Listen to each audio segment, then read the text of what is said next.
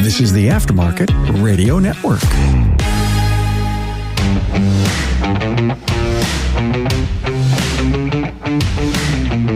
Welcome to another episode of Business by the Numbers. I'm your host, Hunt Demarest, CPA with Parmelis & Associates.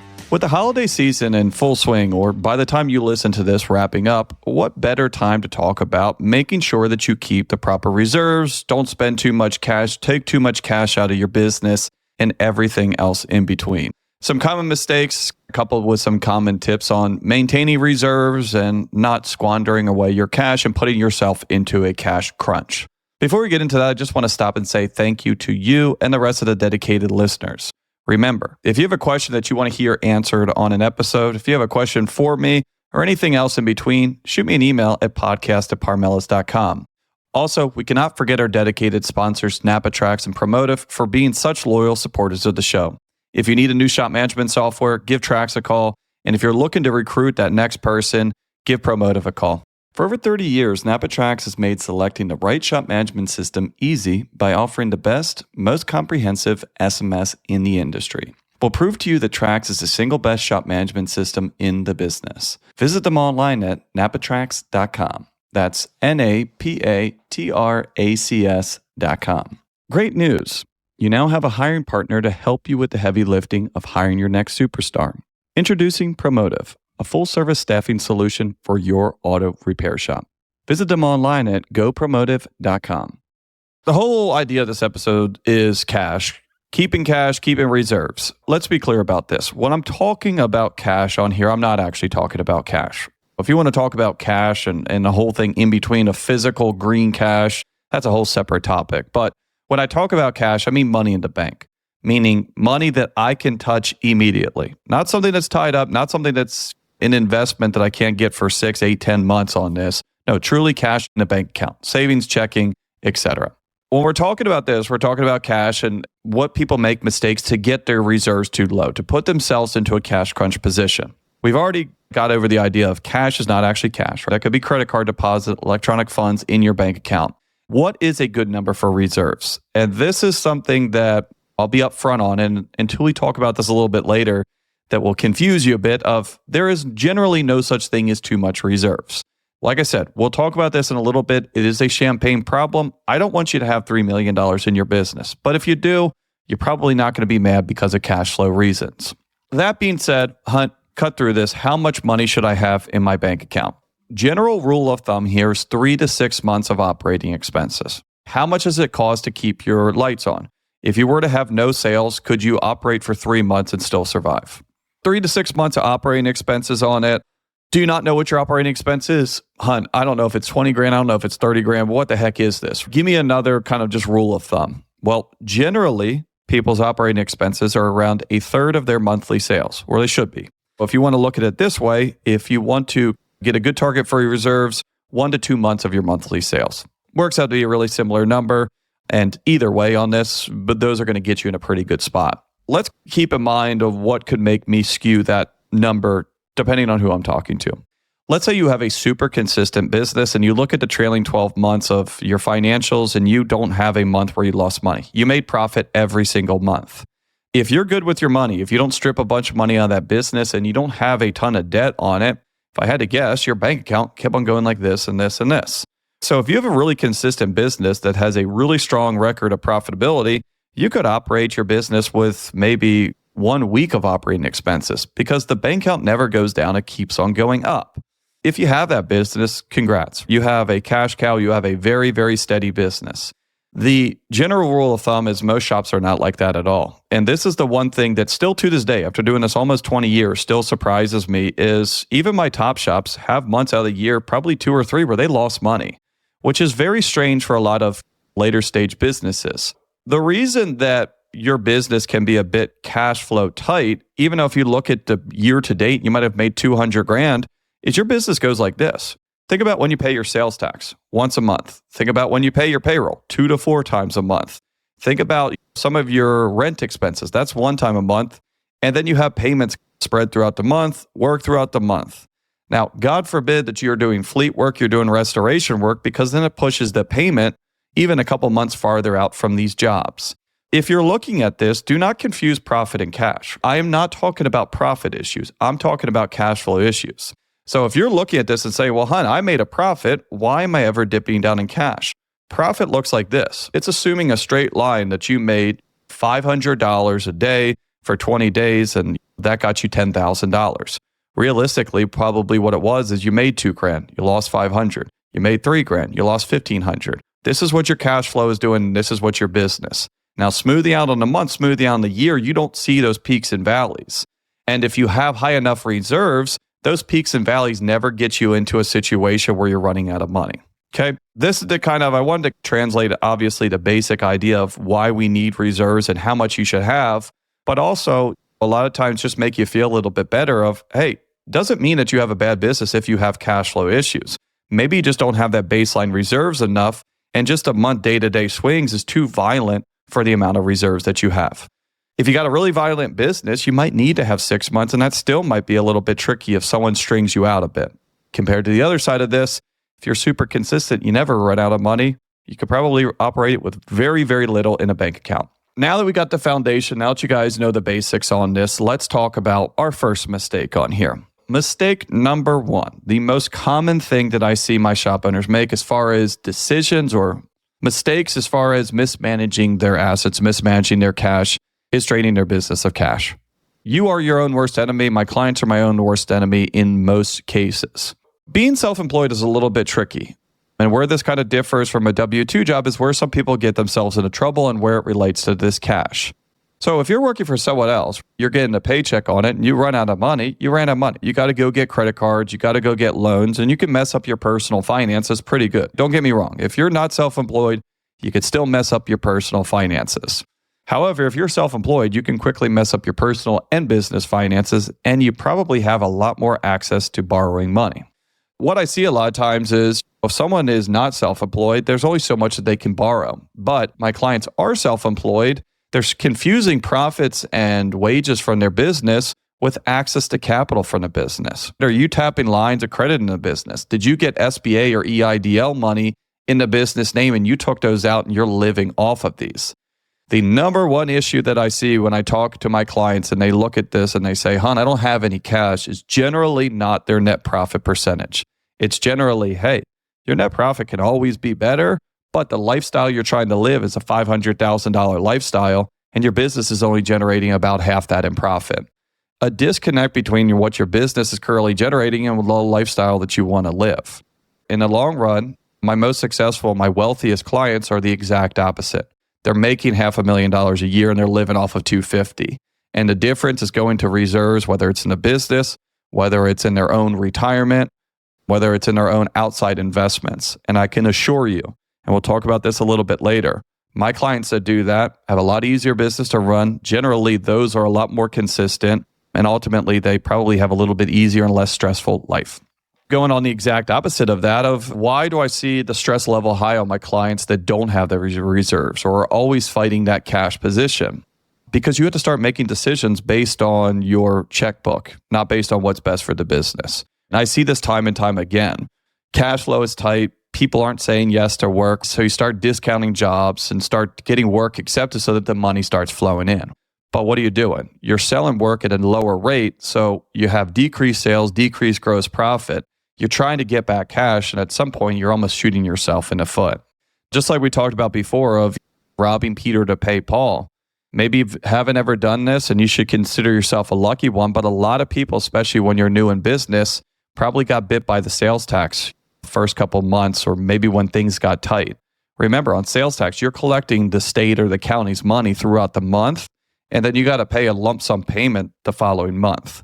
Too many people mismanage their cash, and when it comes to making that $4,000 or $5,000 sales tax payment the following month, you don't have it. Any of you guys have gone down that road, probably have made that mistake once and never again. They don't mess around with this stuff. You want a nice visit from the state or county? Don't pay your sales tax for 2 months. All you guys are afraid of the IRS. The IRS will show up with guns. They have armed agents. We don't see it very much.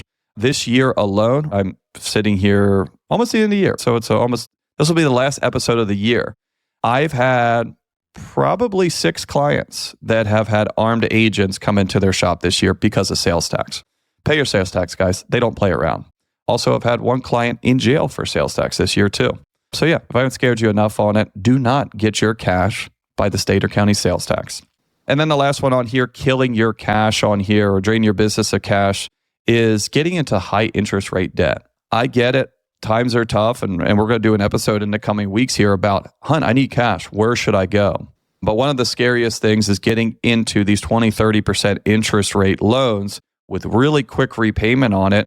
Because what I see is people barely able to make those payments, get through 3 months on it, pay off this debt. At the end of that 3 months, you're right back where you started because all of your profits went to interest instead of going to your reserves.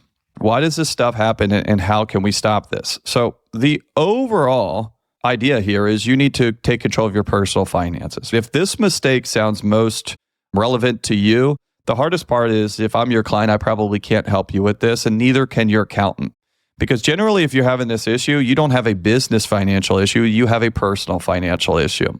And what I recommend to people on this is you guys are very diligent about your business. You're listening to a podcast more or less talking about business finances. And a lot of times I see people's personal finances the polar opposite of their business. Just like your business, you're looking to increase inflows and decrease outflows. Personally, it's the same idea. Do you need that? Do you need that subscription? Are you enjoying that? Are you making sure that you're not just spending all the money that you have today? Remember, you're self-employed. This paycheck is not as guaranteed as when you were working for the government and had a pension. Your family, your employees, everyone around you is depending on you making sure that not only the business finances are okay, but so are your personal, because these two are interrelated. If your personal finances start to suffer, it's only a matter of time before that trickles over to the business. How do we solve this? The overall idea on here is to change your mindset on distributions, to change your mindset on draws, and to change your mindset on the business as a savings vehicle. If you're not good with cash, and a lot of you guys are pretty upfront about this, huh? I'm not good with money. Never been good with money. If I have it, I'll spend it. Well, then don't take it out. Leave it in the business. If you're very diligent with the money that's in the business and you say, Hunt, if I take this out, I'm going to spend it, then try your darndest to not take that money out. I get it. Things happen. You're in the business of being self-employed to make profit. So I want you to take money out. I want you to enjoy the fruits of your labor. And hopefully there's plenty of this. But at the end of the day, you should be taking out the bare minimum that you need to get by. And this is how I do it. This is how I recommend most of my clients to do this on a monthly, weekly basis. Take out what you want to live off of. Like we talked about before, if you're going to make $500,000, set a plan to be able to take out half of that. That's what you're going to live off of. Semi-annually, quarterly, or at least once a year, take a look at the balances and see what you have and see if there's more. NAPA Trax has made selecting the right shop management system easy by offering the industry's best, most comprehensive SMS. It all starts when a local representative meets with you to learn about your business and how you need to run it. After all, it's your shop, so it's your choice, and having a local representation is a huge plus.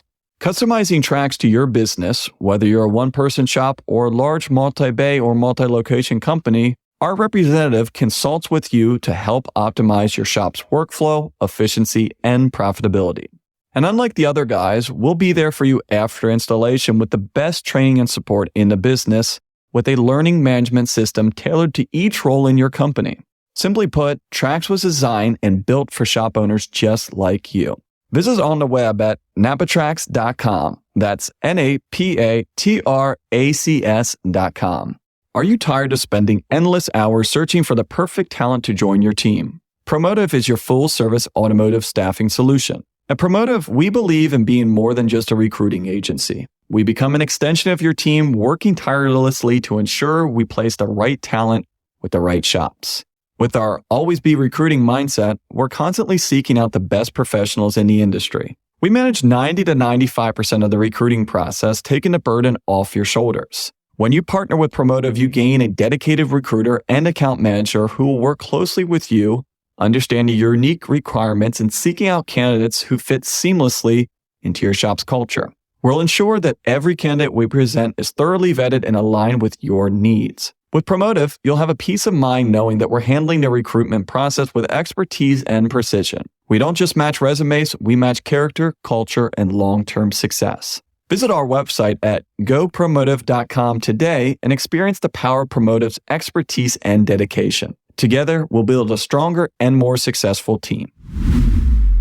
All right, so I took out what I needed for the year. I'm sitting here at the end of the year. I got $50,000 extra. Great, I'm going to take some money out. I'm going to go clean some stuff up, put it into a savings account, whatever I need to do. I have options. If I look at that, and I say, hey, I was planning to take 50 grand out to do X, Y, and Z, but I only have 20 available on here. Now you would look at that and say, well, hey, I don't have 50 to invest. Now I have 20. I'm going to take 20 out.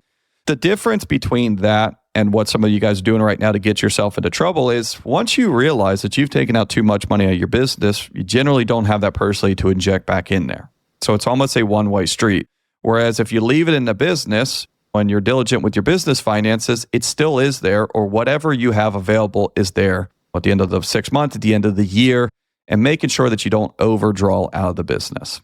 Another mistake on here, this is the biggest one. And I'll be honest with you guys. I'm looking at my notes right now, and I have about 4 pages, and 2.5 or 3 pages was all what we just talked about. Let's be real. Look in the mirror. You guys are probably your biggest enemy when it has to do with cash. Because if it's not you, if you're doing a good job on it, then the only other thing could be the business. If the business is making enough profit and your business doesn't have enough cash, you're the problem.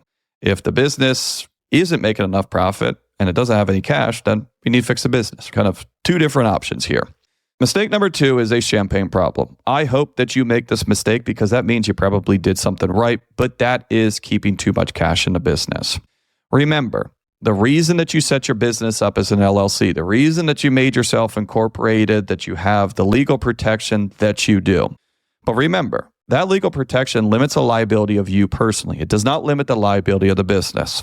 I'll give you an example. And how terrified should you be on this? I've never seen this happen in real life, but it is prudent, just like anything. You hope that it doesn't happen to you, but still prepare for it. I have a client that slips and falls in a parking lot. They sue me into oblivion. I didn't pay my insurance, and so they're going to come after my business. This is a hypothetical situation. And they look at my bank account and they say, man, Hunt has $50,000. How much do you think that they're going to really lean on me to try to get $1 million out of me? They're going to try. These are insurance companies. They're going to sue me. But at the end of the day, when they look at this and say, hey, here are the assets that we can get. There's 50 grand in there and some used auto repair equipment. Guys, what are we going for? Take that same situation and imagine that I had $1 million in the savings account. You think that that insurance company is going to settle for $500,000? Absolutely not. Because again, once you get sued, that stuff more or less gets frozen. So if it's in there, it's too late. You can't strip that out of there now. Any sort of lawyer, creditor, insurance person sees that you have the cash available on there. Obviously, that's not going to work in your favor. It is not protected. Do I see a lot of clients that have this issue? No. If you want a little fun fact, I won't tell you who this client is, but my record right now, I think he might have taken some of this out because we kept on yelling at him. He had $1.3 million, I believe, or so, spread between 3 or 4 checking accounts. No savings accounts, checking accounts. And because of the FDIC insurance limits, he had to split them up because even the banks were like, we don't want this much of a checking account. Again, the guy has a lot of money. He has $1.3 million. And realistically, no one's going to sue him and take that money. But man, it pains me to look at this because he's not getting any interest at all, which leads us into our second or third mistake on here, blending together. But officially, third mistake. I didn't do an episode on this, but as you saw, the Federal Reserve cut interest rates last week, which is a good and bad thing. If you looked at this, interest rates went down, what you would be like, hey, everyone's happy about this, and the stock market plummeted. Why? Remember, we talked about this. If the economy is good, generally interest rates go up. They got to slow it down. If they're dropping interest rates, it probably means that they don't think the economy is super strong. Now, the good news is rates are down, but rates are still up and up over my lifetime. My client that had his money in a checking account is technically losing money. Think about inflation. Inflation, 3, 4, 5%. And what do you get in a checking account? 0. If I have $1 in a checking account today and it can buy me a soda, next year, that $1 is still going to be my checking account, but that soda is going to cost $1.05. I can no longer afford that soda. That is the visualization of leaving money in a checking account. If we had in a money market, CD, high interest savings account, something like that, in today's market, you can probably find somewhere still paying around 3.5% for pretty liquid stuff. So if you have reserves and you have money, if you have any money, there's no reason to not get some interest on this stuff. In the past, I have always preached this stuff. A high interest savings account would get you 0.5 percentage points. Like I said, you should be able to find one that'll pretty consistently give you 3 percentage points on it. Might not be a lot. You probably don't have enough cash to live off of your interest. But think about that. You got $100,000 sitting in a bank account doing you nothing. It's going to make you $3,000 for just sitting there. Not a bad deal at all. And especially in today's day and age when there's no excuse on this. It's not like you got to go to a teller and tell them to transfer this. A couple clicks, get that out of your checking account. Get some money on this stuff, guys. Last one on here is something that I'm trying to set the stage on this because I think that this is a very important mistake because I think that some of you guys need to hear this right now because we're going into a new year. The last mistake we're going to talk about is paying debt down too quickly. And I'm going to set the stage on what this would look like if I'm afraid it's going to happen to you next year. Because if it's already happened to you this year, you've made this mistake and it might sound familiar. But what ends up happening a lot when I see people, especially come off a bad year, maybe you come off a bad 2 years, 3 years, maybe COVID was not kind to you and you're finally starting to see the light. You've had to go through the high interest, you've drained the bank accounts, you've borrowed money, and right now you're sitting here with a bunch of debt. The good news is business is booming. Profit has looked good. 2025 is shaping up to be an awesome year, and you're on a mission to get out of debt. You don't like having debt. You don't want to see the debt on there. So every cent that you make, you're going to chuck at that debt. This is the number one mistake that I see of people trying to have this comeback tour and have it come too quickly. It took you 3 or 4 years to get into this debt. Do not try to get out of this debt in 3 or 4 months. If it works, great. If it doesn't, you're going to be right where you started. Because this is what ends up happening. You get on there, you make $100,000 of profit the first 6 months of next year. Business starts to slow down, unexpected expense comes up, and you're broke. Why? Because you were good, you were smart. You took every single profit, like you said, and you chucked it all at your debt. You chucked it all at your loans, you paid back that family member, but you don't have any reserves. So what happens when that unexpected comes up? What happens when you have that slowdown in business? You got to go back and borrow. You got to go back to the credit card advance. You got to start running those credit cards back up on this. When you are trying to get out of a debt hole, this is how it goes. You have no cash, you borrow debt. If you want to pay down debt, you do not go immediately say, I got profit, I'm going to pay down debt. What got us into this problem in the first place was not the lack of profit, it was lack of reserves. If you want to fix the underlying issue, you need to, because if you don't, it's just going to come right back around. You're going to be in the same issue again. What would I much rather seen on that? I made $100,000 of profit the first 6 months of the year. I got $100,000 in a savings account. I would take $100,000 a savings account giving me 4% interest and still have $100,000, $300,000 of debt sitting on the books. Worst case scenario, things get tough, I can pay my debt with my savings account. Also, I can look at this and say, hey, this has only been 6 months. I had a bad 4 years. I had a bad almost 48 months on this stuff. I need to make sure that we're really on the rebound, that we're really healthy here before I start trying to attack this debt. If you rack up this debt in 4 years, how do you expect to pay it down in 4 months, even a year, even 2 years, while still maintaining your reserves? If you racked up that debt over 4 years, your plan should be rack down that debt over the next 4.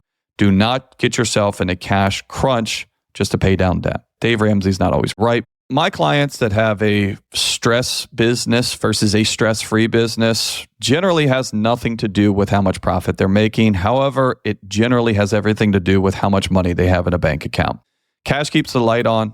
Reserves allow you to make smart business decisions and not decisions based on cash flow crises. I hope this was helpful. I hope that this was informative, and I hope that you share this with friends, other shop owners, anyone that you would find this information informative. As always, please shoot me an email if you have any questions or comments. Thanks for listening on the Aftermarket Radio Network. You can find all shows on aftermarketradionetwork.com and on your favorite podcast listening apps. Thanks again for joining me on Business by the Numbers. Stay safe out there, and I'll talk to you all next week. You've been listening to Business by the Numbers with Hunt Demarest on the Aftermarket Radio Network. Follow Hunt on your favorite podcast listening app. Let him know what you'd like him to cover. His email is in the show notes. Hunt is all for advancing the aftermarket.